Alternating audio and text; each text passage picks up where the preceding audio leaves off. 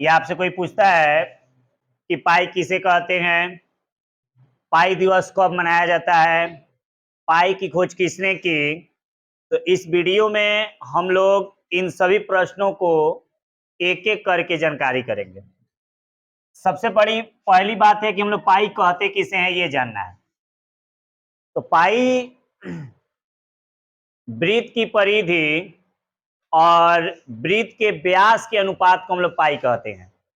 वृत्त के परिधि और वृत्त के व्यास के अनुपात को पाई कहा जाता है। सबसे जरूरी यह है कि वृत्त की परिधि और वृत्त का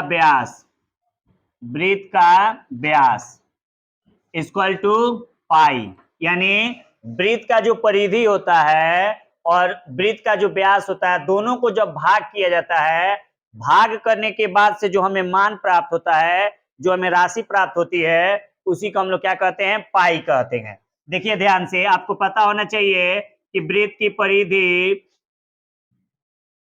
की परिधि आपका होता है 2 पाई आर। आप वृत्त का व्यास देखिए, वृत्त का व्यास, तो वृत्त का व्यास होता है आपका 2 गुने त्रिज्या, 2 गुने क्या होता है, त्रिज्या होता है, यानी 2 गुने आर। त्रिज्या को हम लोग अंग्रेजी में रेडियस बोलते हैं, त्रिज्या को अंग्रेजी में हम लोग क्या बोलते हैं, रेडियस बोलते हैं। तो वृत्त का व्यास बराबर 2 इंटू आर हो जाएगा।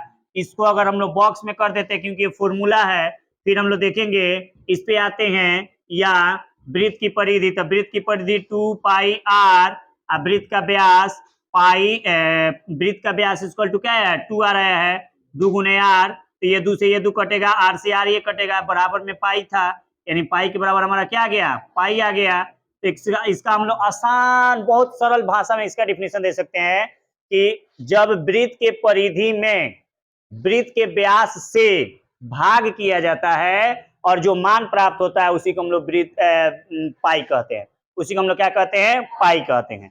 अब रही बात कि पाई दिवस कब मनाया जाता है, तो पाई दिवस प्रत्येक वर्ष 14 मार्च को मनाया जाता है, 14 मार्च।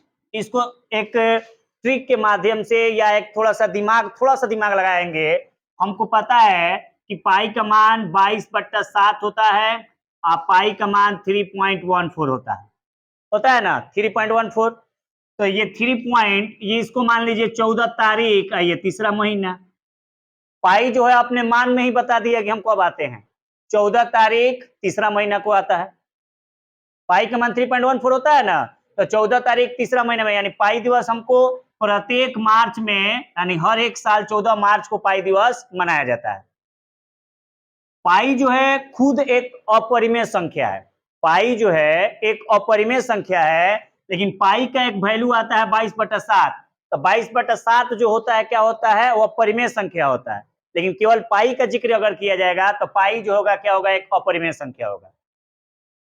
पाई का जो मान है ना, बहुत ज्यादा मान होता है इसका, कई बहुत सारे देश के लोग अलग अलग ढंग से इसका मान बताए थे, लेकिन हमारे भारत देश के जो आर्यभट्ट थे, जिन्होंने जीरो का आविष्कार किया था या जीरो की खोज की थी, उन्होंने पाई का मान जनरली 3.14 रखा था। यानी पाई का मान 3.14 होता है, ये किसने बताया था, तो आर्यभट्ट ने बताया था। यानी पाई के मान की खोज किसने किया था, तो आर्यभट्ट ने किया था। पाई का मान, पाई कौन सी संख्या है, तो एक अपरिमेय संख्या है। अब रही बात कि जिस तरह से हम लोग के यहाँ अंग्रेजी अल्फाबेट होता है, हिंदी का वर्णमाला होता है, इंग्लिश में मैथ में जो हमारा होता है 1 2 3 होता है, उसी तरीका से ग्रीक भाषा में एक अल्फाबेट, एक ग्रीक भाषा का एक माने लेटर है पाई। पाई किस भाषा का अक्षर है, ग्रीक भाषा का क्या है, अक्षर है। पाई क्या है, ग्रीक भाषा का एक अक्षर है। तो हम लोगों ने